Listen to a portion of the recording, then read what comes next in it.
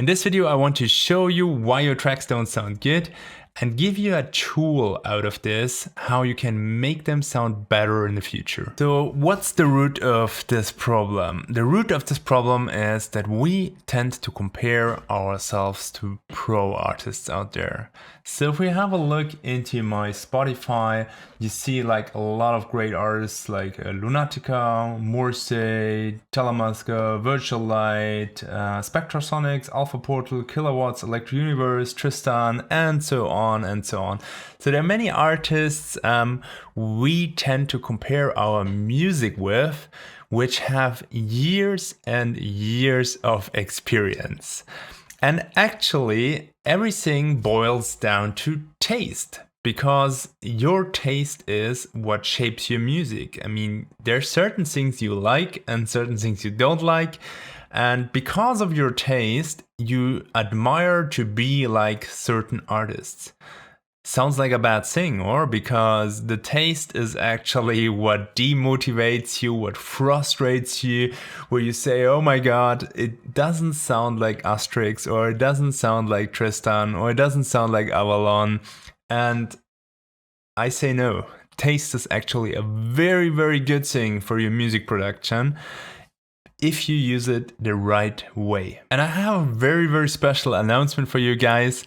I will do a live session in which I will break down your tracks. So I will do the evaluation for you guys, because I already made like a lot of mistakes in my music production. So I can tell you a lot from my experience what I would do different in a track, or what I think sounds really good in your tracks.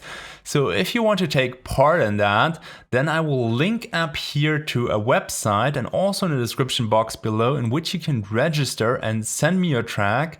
And of course, I will not be able to listen to all the tracks, but if you send me, and if you send me early, so send me now, then the chances are bigger that you end up in the next live stream, in which I will go about your track and what I would improve or what I find really good in your track, so that you have some expert advice on that. You can take taste from a frustrating thing and turn it into your own weapon. So what do I mean by this? Let's say you are creating a kick. Then you might not know if it's good or bad. And if you compare it to the pros' kicks, it will always sound bad because it's worse than theirs usually. But if you create 10 kicks in your own project and then you start comparing them against each other, then your taste, your gut feeling will help you determine to say which one of those 10 is the best. And that's actually where the magic comes in, because then taste becomes a weapon for you, which helps you to determine which of your own creations are better and which ones are worse. A quick tip on how to select properly is you want to select with your intuition, with your gut feeling, not with your mind. So you create those 10 kicks, how you would create them, and then you have a quick listen. The really important point is on quick, because if you start putting on the analyzer, opening it up and saying, okay, this kick might be better because of XYZ, then you get into thinking mode. But you want to be into gut mode. You want to use your taste and not your cognition to evaluate that. So it's really, really important that you have on all those comparisons, which are taste-based, very quick listens, and not ones where you really focus and get into thinking mode. Even the great mathematician Albert Einstein said, who is famous for his thinking, is the only real valuable thing is intuition. And if you aren't subscribed to this channel, then please hit the subscribe button on this channel. And it's really important that you hit the bell icon, because that will make you independent. And YouTube will send you notifications and you can decide if you want to watch these videos. That's way better than if you just like hit the explore page and you get like a lot of videos which might not be really related to music production and other things. So basically, with setting this little alarm icon, you get a notification whenever a new video comes out, and then you can decide if it's something you want to watch or not. You're probably saying now, Andy, I know that, I create multiple kicks and then I select the best one. But this is exactly where most people stop, because now syncing becomes important again. Now you take the best kick and you start comparing it with the other 9 kicks you created, and then you look into the spectrum analyzer, then you look at the levels, then you look at whatever you can look at, like at the waveform, at how it's relating to your bass, whatever you can get on information, check it out. Make a deep analysis why this kick is better. So why did you feel that this kick is better than the other 9 ones?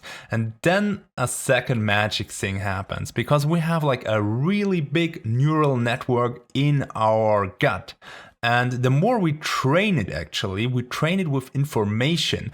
So gut knowledge or intuition is not just some random thing. It's basically information stored in our body, which we then get back as intuition. So check, for example, this article from Harvard Business Review, the science behind your gut feelings. It says like it's a second brain for a reason, because we have a lot of neurons in our gut. When we do a decision intuitively, then we assess past memory learnings and much more things which help us to make the perfect decision. It starts with the gut and intuition in the selection of that kick. Then the mind comes in and evaluates it and analyzes it, why it is. So we basically reverse engineer our gut feeling, and then it gets stored back into our gut feeling and intuition for the next time. And that's a really important mechanism. If you integrate that feedback loop, then you will learn much faster and develop your gut feeling a lot more on that. And that's also where your taste will develop. The more good sounds you produce,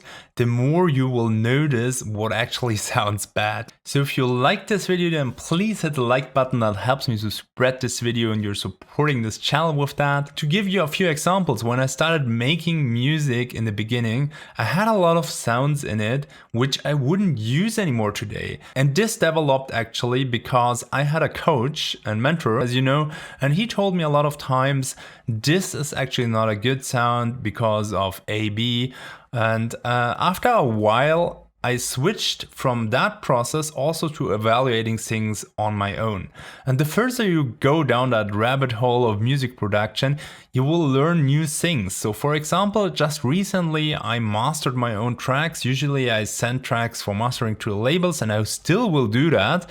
But I also want to master tracks once in a while myself. And the reason why I do this is because I learned things in the mastering process, which then will influence my mixing in my production. It's basically training my gut feeling to select better sounds. For example, I stopped using those little Foley sounds like crackling, vinyl stuff or breaking twigs, because they sound really ugly when you push them up in mastering. So they sound nice while you produce, but once they go into mastering, then they sound really like there's something broken in your track. And those things you will learn by doing the whole process. And that's a really important thing which I want to give you in the end, is all those gut feeling and evaluation thing is basically like a trial, error, and evaluation feedback thing. And in order to get that, you need to make a lot of errors. You need to make a lot of trials to make a lot of errors. And also you need to follow the process completely. So if you're always stopping your tracks after you created some leads, then you will be never able to make all those mistakes in mixing. And if you're never able to make those mistakes, then this even crawls back into your leads, because maybe you make one lead way too loud and the other one not as loud, and then maybe the lead doesn't sound good, but then actually it's the mix. And so what I wanted to say with that is, try to make errors along the whole production process. You don't need to be a master in everything in the end. There's still things you can give to other people as a mastering engineer finally to make it really good, but try to really get down into the whole process if you can. If you're interested in more workflow tips and how to grow as an artist, I will link to more videos up here.